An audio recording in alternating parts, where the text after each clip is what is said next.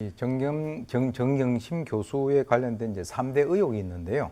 일단 이제 자녀 입시 비리 의혹 같은 경우는 이제 사문서 위조 그리고 업무방해 사기 등 7개 혐의가 있고요.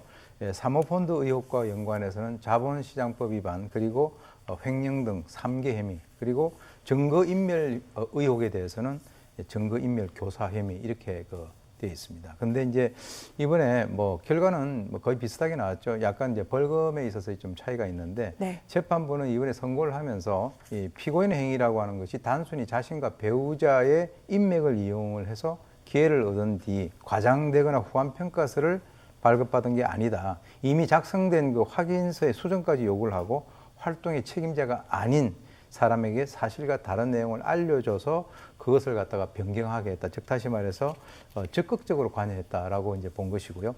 이어서 이 결과 이 딸이 부산 의전원에 합격을 하는 실질적인 이득을 얻었고, 그 결과 다른 지원자가 탈락을 하는 그런 막대한 피해를 입혔다. 그럼으로써 입시 공정성에 대한 우리 사회의 믿음에 심각한 훼손을 줬다. 이렇게 얘기를 했습니다. 그리고 또 하나, 이 재판 과정에서 이 피고인은 이 범죄의 본질을 흐리면서 사실과 다른 내용을 확인해 주었을 그 사람들에게 책임을 전가하고 있다. 네. 그래서 이제 기재된 것을 어떻게 평가를 할 것인가라고 하는 것은 그건 교육기관에 있어서의 자율적인 판단이긴 하지만, 그 전제로서 이 증빙이라고 하는 것이 진실해야 되고 그것이 근본 원칙이자 행동 규범인데, 그래서 이를 무너뜨린 피고인의 비난 가능성이 굉장히 크다. 이렇게 결론을 내렸습니다. 네.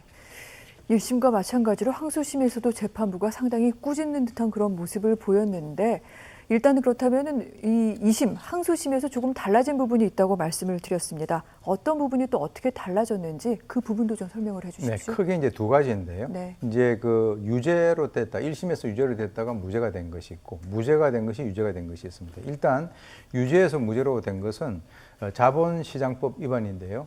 조국의 오촌 조카로부터 어떤 미공개 정보를 가지고 2차 전지 생산업체인 WFM이라고 하는 이 주식에 12만 주를 사들여 가지고 시세 차익을 얻었다. 그래서 1심에서는 이 12만 주 중에서 2만 주를 제외한 나머지 10만 주에 대해서는 유죄 판결을 내려 가지고 벌금 5억 원을 선고를 했죠. 그런데 2심에서는 그것을 인정을 하지 않아 가지고 벌금이 5천만 원이 한 10분의 1로 줄어들었고, 1,061만 원 추징금이 이제 선고가 됐습니다. 그런데 무죄에서 유죄가 된 것은 지난번에 이제 아마 우리 시청자분들께서는 기억을 하실 텐데, 재산 관리인이었던 김경록 씨를 통해 가지고 증거 인멸한 혐의, 즉 다시 말해서 정경심 교수의 교수 연구실에 있던 하드 디스크를 교체를 하려고 하다가 아예 지시를 해가지고 이제 반출을 한 은닉 지시와 관련돼서는 유죄 판결을 내렸습니다. 아, 그렇군요.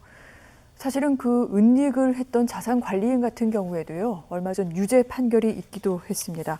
자, 이렇게 주요 혐의, 이 입시 비리 혐의와 사모펀드 의혹, 그리고 증거인멸 혐의까지 역시 1심과 마찬가지로 약간 바뀐 부분이 있지만 계속해서 유죄가 인정이 됐고요.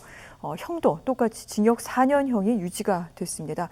결국 사실은 최종 판단은 대법원으로 가게 될 것 같은데, 일단 정 교수 측은 계속해서 무죄를 주장하고 있는 중입니다. 그리고 검찰은 양형이 부족하다고 얘기하고 있기 때문에 아마 상고심으로 넘어가게 될 것 같고, 이 상고심은 대선 전에는 아마 확정 판결이 내려질 것이다라는 것이 법조계의 시각이기도 합니다. 저희도 계속해서 주시하도록 하겠습니다.